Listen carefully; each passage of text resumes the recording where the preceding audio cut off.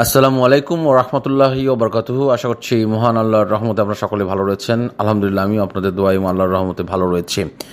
আলোচনা করব আজকে মার্জিন ঋণের নতুন শর্ত এবং সীমিত আয়ের ব্যক্তিরা যার মার্জিন ঋণ নিতে পারবেন না সেই ব্যাপারে একটি বিশদ আলোচনা করব। কারা কারা মার্জিন ঋণ নিতে পারবেন এবং কারা কারা মার্জিন ঋণ আর নিতে পারবেন না, এবং কি ক্যাটাগরিতে বা কী কী শর্ত সাপেক্ষে বা কোন ধরনের কোম্পানিতে আপনার মার্জিন ঋণ নিতে পারবেন সেটা নিয়েও আমি বিস্তারিত আলোচনা করব। অনুরোধ থাকবে যে ভিডিওটি পুরোপুরি মনোযোগ সহকারে শুনবেন, কারণ যারা মার্জিন ঋণ নিয়ে বিজনেস করেন তাদের দ্বারা অবশ্যই এই বিনিয়োগ বাজার প্রভাবিত হয়, এবং এর ফাংশনটা কি এই ভিডিওটি শুনলে আপনি পুরোপুরি বুঝতে পারবেন বলে আমি বিশ্বাস করি। দেখুন, আজকে বাজারের সূচক দরপতন হয়েছে 31.49। মার্জিন ঋণের এই নিউজটি বাজারে নতুন, যে মার্জিন ঋণের সংশোধিত আইনটি একটা পত্রিকায় পেয়েছি রাত বাজে তখন 11:20 গত রাত্রে।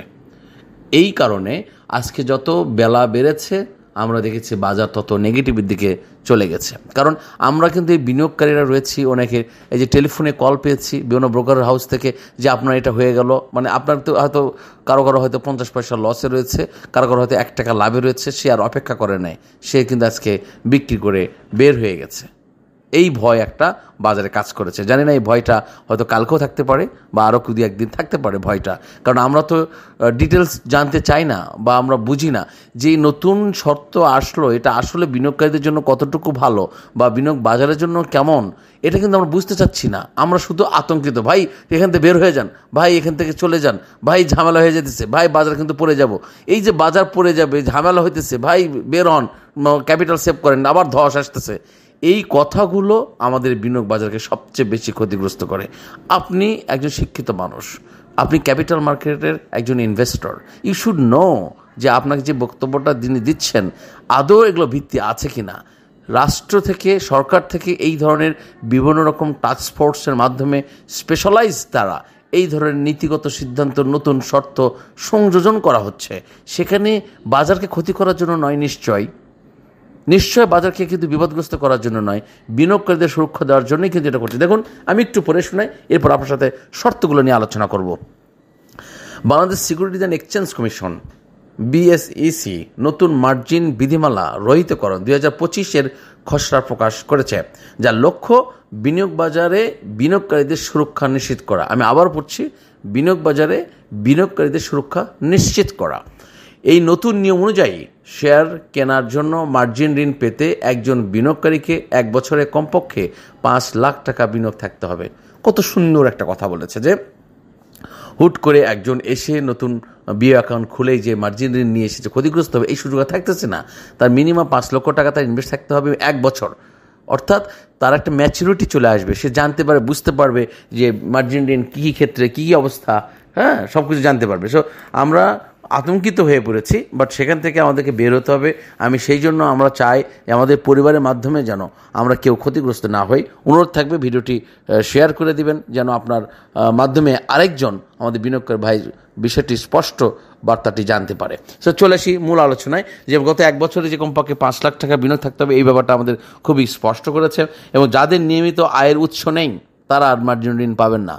যাদের বলতে কারা, এখানে ছাত্র, যাদের নিয়মিত আয়ের উৎস নেই, গৃহিণী নিয়মিত আয়ের উৎস নেই, যারা হাউস ওয়াইফ, অর্থাৎ গৃহিণী বলতে এখানে বোঝানো হয়েছে হাউস ওয়াইফ, যারা কোনো জব করেন না, তাদেরকে আর মার্জিন ঋণ আপনি পাবেন না।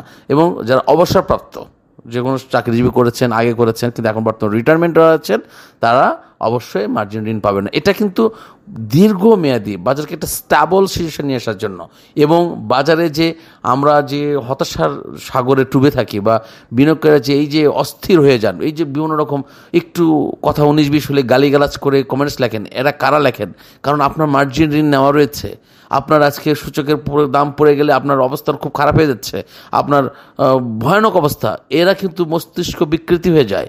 মার্জিন ঋণ নিয়ে মানুষকে আমি দেখেছি, আমি একদম সরাসরি দেখেছি যে বিষ খেয়ে মারা যাওয়ার জন্য সে প্রস্তুত, কারণ তার মার্জিন ঋণ এটা সে কভার করতে পারছে না, যতদিন যাচ্ছে তার ক্যাপিটাল শেষ হয়ে যাচ্ছে।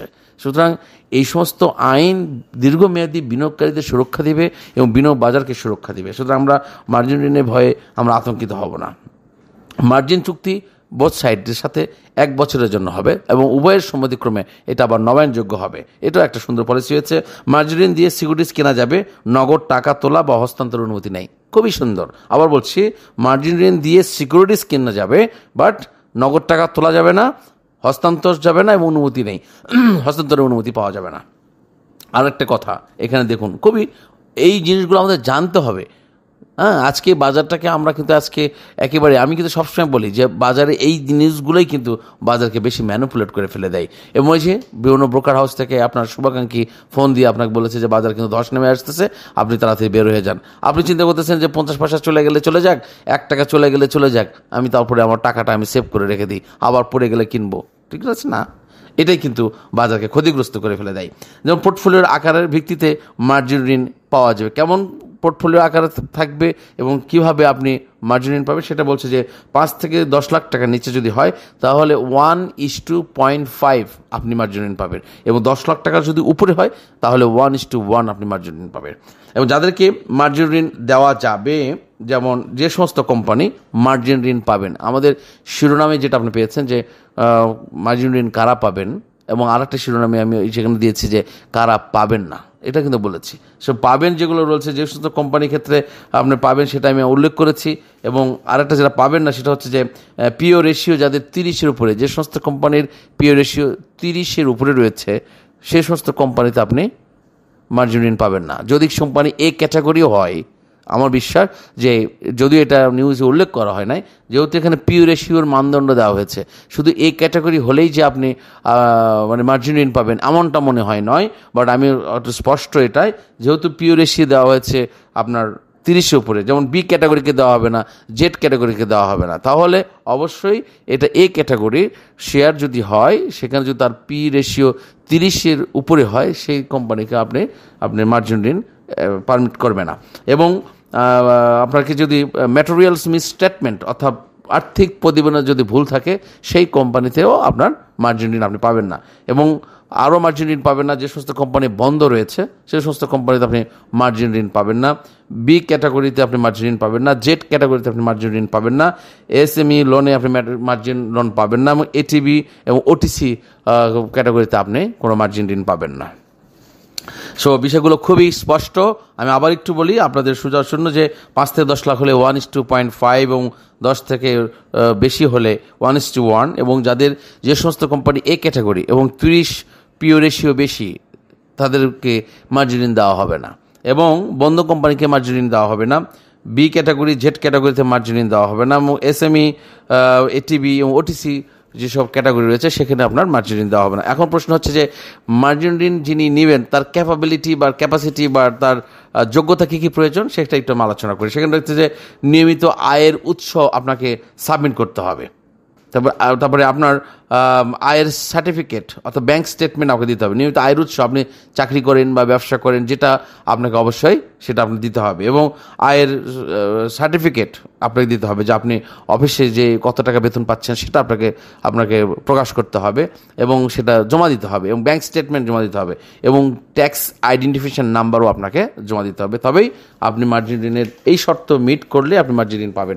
অর্থাৎ একজন যোগ্য নাগরিক একজন যোগ্য কোম্পানিতে মার্জিন ঋণের মাধ্যমে আপনি বিনিয়োগ করতে পারবেন। আবেগ এখানে আর কাজ করবে না, বা এই যে জুয়া এখানে কাজ করবে না। সুতরাং এটা বাজারকে দীর্ঘমেয়াদীর জন্য খুব ক্ষতিগ্রস্ত করে ফেলে দেয়। একটা সাপোর্টিং দিয়ে হয়তো বাজারের সূচক অতি তাড়াতাড়ি বৃদ্ধি করানো যায়, বা রাতারাতি হয়তো ভালো প্রফিটকে অনেক সময় দিতে পারে, কিন্তু দীর্ঘমেয়াদীর জন্য কারো না কারো এটা বড় ক্ষতির কারণ হয়ে দাঁড়ায়। এই কারণে এই নীতি নির্ধারকরা এই নীতিমালা নিয়ে এসেছেন যেন বাজার থেকে কেউ আর বিমুখ হয়ে না যায়, একটা আস্থার জায়গা তৈরি হয়। 2 টাকা কম হোক, বাট একটি বিশ্বাস জায়গা এবং একটি নির্ভরতার জায়গা যেন সবাই সেখানে ভালো কিছু করতে পারে। এটার জন্যই নীতি নির্ধারকরা এই ধরনের আইন করেছেন, যেটা খুবই ভালো। আপনারা এখন অনেকাংশেই জানবেন, আমাদের এখন জানতে হবে এই ক্যাটাগরি কোন শেয়ারগুলো রয়েছে যেগুলোর আপনার পিও রেশিও 30-এর নিচে, সেগুলোর দিকে কিন্তু এখন আমাদের একটা গন্তব্য হবে। সেটা নিয়ে আমি রাত্রিবেলা বিস্তারিত আলোচনা করব, এবং সাথে থাকবেন। এবং আমার অনুরোধ থাকবে যে মার্জিন ঋণ নিয়ে কেউ আর ভূতের ভয় পাবেন না, জুজুর ভয়ের কোনো দরকার নেই। আপনার শেয়ার করে দিন, এটা যেন আমাদের পরিবারের সদস্যরা জানতে পারে এবং অবহিত করুন। পাশাপাশি আমাদের একটাই স্লোগান থাকবে, আমরা নো প্রফিট নো সেল এই স্লোগান থেকে আমরা কখনো বের হব না।